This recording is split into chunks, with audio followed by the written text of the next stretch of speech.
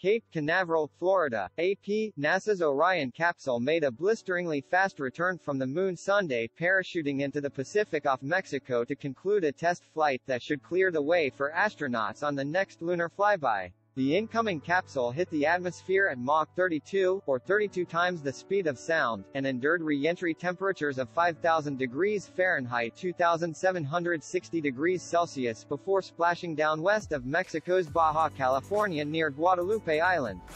A Navy ship quickly moved in to recover the spacecraft and its silent occupants, 3 test dummies rigged with vibration sensors and radiation monitors. NASA needed a successful splashdown to stay on track for the next Orion flight around the Moon, currently targeted for 2024. 4 astronauts will make the trip. That will be followed by a 2-person lunar landing as early as 2025. Astronauts last landed on the Moon 50 years ago Sunday. After touching down on December 11, 1972, Apollo 17's Eugene Cernan and Harrison Schmitt spent 3 days exploring the lunar surface, the longest stay of the Apollo era. They were the last of the 12 moonwalkers. Orion was the first capsule to visit the Moon since then, launching on NASA's new Mega Moon rocket from Kennedy Space Center on November 16. It was the first flight of NASA's new Artemis moon program, named after Apollo's mythological twin sister. And while no one was on the $4 billion test flight, NASA managers were thrilled to pull off the dress rehearsal, especially after so many years of flight delays and busted budgets. Fuel leaks and hurricanes conspired for additional postponements in late summer and fall. Putting people on the next flight will ratchet up the excitement, said Nujood Maransi, chief of NASA's Exploration Mission Office in Houston. "No one's been to the Moon in my lifetime, right?" she said. "So this is the exploration that so many of us have been dreaming about." In an Apollo throwback, NASA held a splashdown party at Houston's Johnson Space Center on Sunday, with employees and their families gathering to watch the broadcast of Orion's homecoming. Next door, the visitor center threw a bash for the public.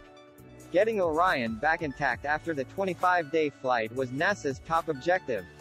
With a return speed of 25,000 miles per hour, 40,000 kilometers per hour, considerably faster than coming in from low Earth orbit, the capsule used a new, advanced heat shield never tested before in spaceflight.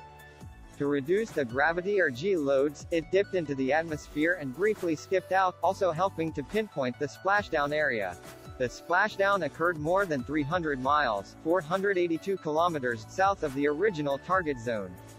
Forecasts calling for choppy seas and high wind off the Southern California coast prompted NASA to switch the location. Orion logged 1.4 million miles, 2.25 million kilometers, as it zoomed to the Moon and then entered a wide, swooping orbit for nearly a week before heading home. It came within 80 miles, 130 kilometers, of the Moon twice. At its farthest, the capsule was more than 268,000 miles, 430,000 kilometers, from Earth. Orion beamed back stunning photos of not only the gray-pitted Moon, but also the home planet. As a parting shot, the capsule revealed a crescent Earthrise, that left the mission team speechless. "The room was just absolutely silent as we absorbed the Earthrise moment," mission manager Mike Serafin recalled last week. Just 4 months old when Apollo 17 closed out the first Moon era, he considered this "my Earthrise," too, as part of the Artemis generation. The Moon has never been hotter. Just hours earlier Sunday, a spacecraft rocketed toward the Moon from Cape Canaveral.